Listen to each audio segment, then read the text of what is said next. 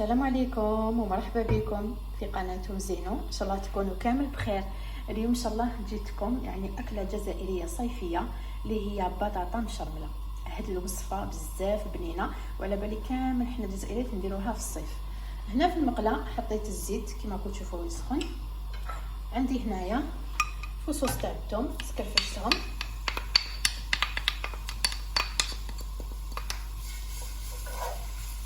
لا ما تخلوش الثوم يتحرق. هنا عندي 2 حبات كبار تاع طوماطيش سكرفشتهم. اذا كانت عندك طوماطيش تاعك صغيره تقدري تروحي حتى 3 حبات.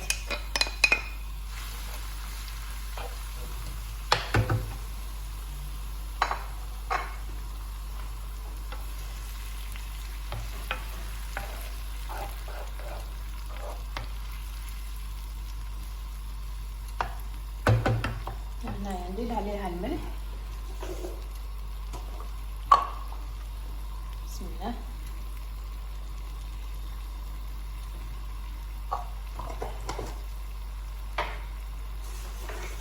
ندير فلفل اسود وفلفل كحل،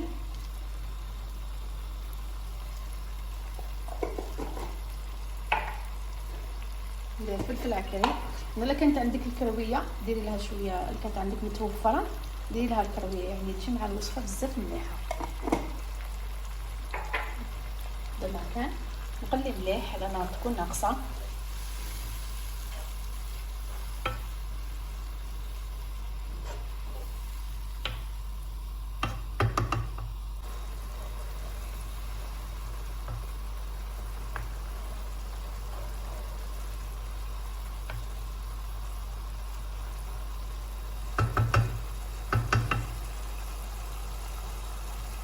هنايا بعد ما خليتها تقلات مليح كما راكم تشوفوا، حسيتها انها تقلات مليح، نغلق عليها كاس تاع ماء فقط. هذا ما كان كاس تاع ماء، ما نزيدش.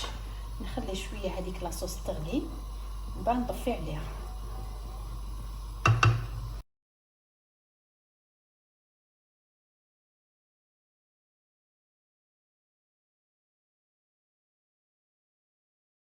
البطاطا بعد ما قليتها نحطها كامل هنايا،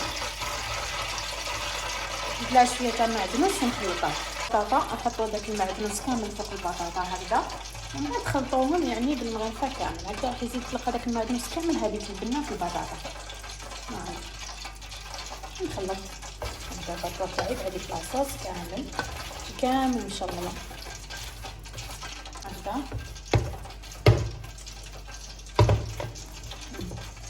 والوصفه راهي واجده.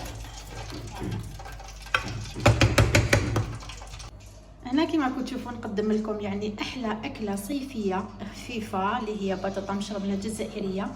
نتمنى ان شاء الله تكون عجبتكم وصفه اليوم، يعني والله غير تجي بنينه بزاف، اللي ما يعرفهاش يجربها.